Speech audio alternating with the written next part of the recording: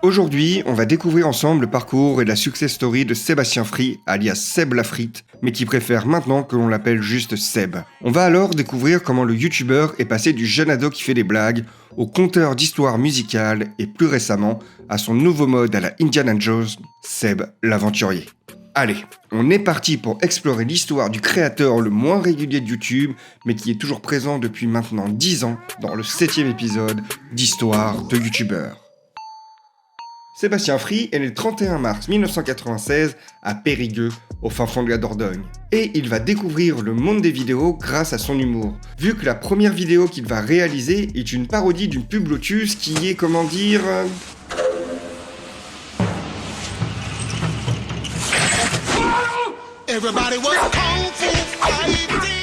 un peu particulière.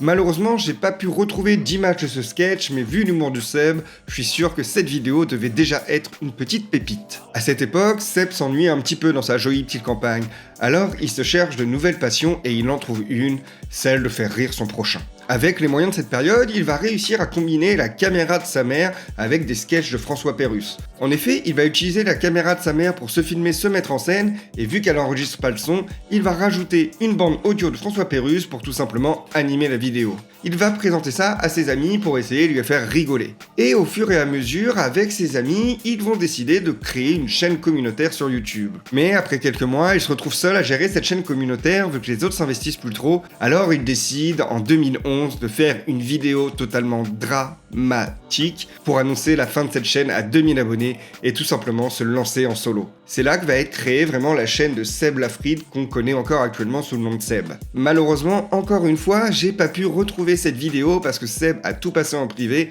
donc je suis même remonté dans son Facebook jusqu'à 2011 et en fait il y a toujours les liens pour les vidéos mais malheureusement j'ai pas pu y avoir accès, donc on ne pourra pas avoir d'extrait sur ces vidéos là. On est donc en octobre 2011 quand il va créer cette nouvelle chaîne et il va alors demander à sa communauté de lui proposer des défis qu'il va réaliser ensuite en vidéo sur sa chaîne de manière humoristique. Il s'inspire alors de différents concepts américains qui ne sont pas encore présents en France pour essayer de faire son petit trou. Il aura d'ailleurs, durant cette période, réalisé un collage de Cortex qu'il aura publié un jour avant Cyprien et qui va lui offrir pas mal de visibilité, vu qu'en un an, il va déjà atteindre les 100 000 abonnés. Et durant cette période, Seb y voit vraiment le fait de faire des vidéos comme un jeu vidéo. À chaque fois qu'il va publier une vidéo, il va essayer d'augmenter ses stats pour gagner en XP.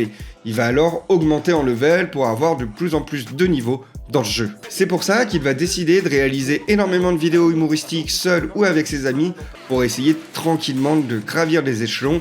Et c'est sûr que durant cette période, les études, il les met un petit peu de côté. En parallèle de ces défis plus cons les uns que les autres, on va pas se le cacher, le jeune créateur décide de s'inspirer de Ray William Johnson et de Jérôme Niel et de sa chronique sur MTV pour parler de l'une de ses autres passions, la musique. Il va commencer par une analyse de Baby de Justin Bieber, le titre le plus disliké de l'histoire de YouTube, et encore une fois, Seb a supprimé la vidéo. Seb, elles sont où les archives? Rends les vidéos, merde! Comment moi je fais ma vidéo sur ton histoire si je peux pas avoir ton contenu? Heureusement pour nous, il y a des petits malins qui avaient déjà pensé à ça et qui avaient déjà enregistré la vidéo, et du coup j'ai réussi à avoir un extrait que je vous mets tout de suite. Mes lunettes de soleil, je les ai souvent sur moi, quasi tout le temps. Je mange avec, je pisse avec, je fais tout avec mes lunettes de soleil. Les seules fois où ça m'arrive de les enlever, c'est pour me regarder dans la glace car je suis l'Olix des swags. Et ça, c'est pour le petit souvenir. Et il va encore parler de différents artistes, comme David Guetta, Colonel Rayel, Tal, ou encore One Direction, pour commencer à se faire un petit peu de crédibilité autour du monde de la musique. Mais ça, on y reviendra plus tard. Parce que Seb, il est sur le point de créer une série qui va tout simplement le faire changer d'envergure. En effet, à cette période, Seb vient d'avoir son bac et déménage tout simplement à Paris pour réaliser un BTS audiovisuel qui terminera tout simplement pas. Clairement, à ce moment-là, Seb il décide de se concentrer sur YouTube. Parce qu'il a déjà dépassé les 1 million d'abonnés sur YouTube et sur Facebook, parce que oui, Seb est de cette génération, et il décide alors de passer de plus en plus de temps avec ses potes à rigoler, à profiter, en fumant des grosses barres devant YouTube pour en apprendre de plus en plus sur ses futurs collègues. Bon bah là, il a 18 ans, il commence à apprendre la vie, il commence à avoir des libertés, il est avec ses potes, il a un petit peu d'argent, donc on peut pas lui en vouloir d'avoir profité de ça, et surtout que tout ça va donner lieu à la création du concept humoristique phare de sa chaîne, Ce mec, c'est un concept parodique dans lequel Seb va venir caricaturer différentes catégories de personnes quand ils sont au supermarché, dans leur salle de bain ou encore dans un ascenseur. Ce concept va vraiment faire passer Seb dans une autre dimension, vu que chacun des épisodes cumule environ 10 millions de vues, avec plusieurs de ces épisodes dépassant largement cette barre. Tout ça permet alors au créateur d'avoir du temps, mais genre beaucoup de temps, pour profiter de sa jeunesse, profiter de ses potes, et ça lui donne même l'occasion de créer une chaîne secondaire avec l'un de ses meilleurs amis, Pierre. Sur cette chaîne secondaire, ils vont faire différentes activités comme de la pêche à l'aimant. Malheureusement, ils vont arrêter très vite ce concept lors d'une vidéo en Normandie parce qu'ils vont s'apercevoir du problème du désarmement dans cette région touchée lourdement lors de la Seconde Guerre mondiale. Et de tout ça, de tout ce temps, va naître un nouveau style de vidéo. Une vidéo plus construite, une vidéo plus produite, une vidéo que Seb va mettre 3 mois à écrire et une vidéo que l'on peut encore regarder aujourd'hui parce qu'elle est vraiment qualitative. Et cette vidéo, c'est l'histoire du rap. D'ailleurs, cette vidéo aura même le droit à une diffusion au cinéma MK2 pour le Pop Corner, dont il fera la promotion avec son ami Sofiane, qui apparaît dans plusieurs de ses vidéos. Sofiane qui est un autre créateur et qui lui aussi aura sa vidéo. C'est un créateur qui est plus passionné par le cinéma et ils ont pu rassembler du coup leurs deux passions sur ce projet. Cette vidéo va lui donner un petit peu de street cred comme on dit et va donner lieu à la naissance d'un nouveau concept, Coup de pouce. Cette série est pour mettre en avant des petits artistes. Et son premier épisode sur Iles va tout simplement propulser le jeune artiste rouennais avec des stats incroyables qui vont un petit peu lancer sa carrière. À ce moment-là, Seb se rend compte de la puissance et de l'impact de son discours et il l'avoue, ça lui fait un petit peu peur. Il comprend alors qu'il va falloir faire attention avec ce concept pour ne pas propulser des gens qui n'ont pas forcément les épaules pour assumer une explosion aussi rapide et aussi importante. Il prend alors conscience que ce bon vieux Ben avait raison. Un grand pouvoir implique de grandes responsabilités. Il va donc décider de réaliser ce concept uniquement une fois par an pour prendre le temps de choisir les artistes et quand même continuer à donner de la force. Avec tout ça, Seb atteint les 3 millions d'abonnés et d'ailleurs il nous lâchera un petit freestyle qui est plutôt pas mal pour l'occasion et on arrive en 2017. En 2017, Seb va arrêter sa série mythique, Ce mec. Mais pour info, Seb a révélé lors de l'une de ses interviews qu'il lui restait des épisodes en stock. Cependant, s'il les produit, il veut les produire bien et avec un casting XXL. Il n'a du coup pas écarté le retour de cette série, mais s'il veut le faire, il veut le faire correctement, et ça on en reparlera en fin de vidéo. Seb continue alors son petit bonhomme de chemin autour de ses concepts musicaux, en publiant de manière approximative on va dire, jusqu'à arriver en 2020, où le 3 janvier il va nous révéler un tout nouveau concept, un tout nouveau Seb, Seb l'aventurier, qui part à la découverte de la jungle, et plus particulièrement de la Papouasie. De ce concept était programmée une série, mais vous l'avez peut-être vu à la date, début, année 2020, et oui, la coco, la Covid. Malheureusement pour lui, à ce moment-là, les voyages vont être restreints, il ne pourra pas voyager et continuer à produire cette série. Et à la fin de cette période où on a pu reprendre les voyages, malheureusement, le concept avait pris un petit peu la poussière et Seb et la production n'avaient plus les mêmes envies quant à la réalisation des différentes vidéos et le concept est tout simplement tombé à l'eau. Et c'est là qu'on va arriver un petit peu à la période No Man's Land de Seb, où on va le voir un petit peu disparaître des réseaux et qu'il va publier quasiment aucune vidéo. Mais du coup, pendant ce temps-là, qui a duré quand même un an et demi, qu'est-ce qu'il a fait Seb ? Seb, il a tout simplement fait de la musique et il a produit un EP. Et d'ailleurs, pour son retour et l'annonce de son EP, Seb, il va pas faire les choses comme tout le monde. Vu qu'il va réaliser un saut en parachute durant lequel il va réaliser son freestyle pour annoncer son comeback. Il est alors devenu le premier homme à réaliser cette performance et revient alors en force pour la suite de son histoire. D'ailleurs, attention, ce n'est pas un album, c'est bien un EP.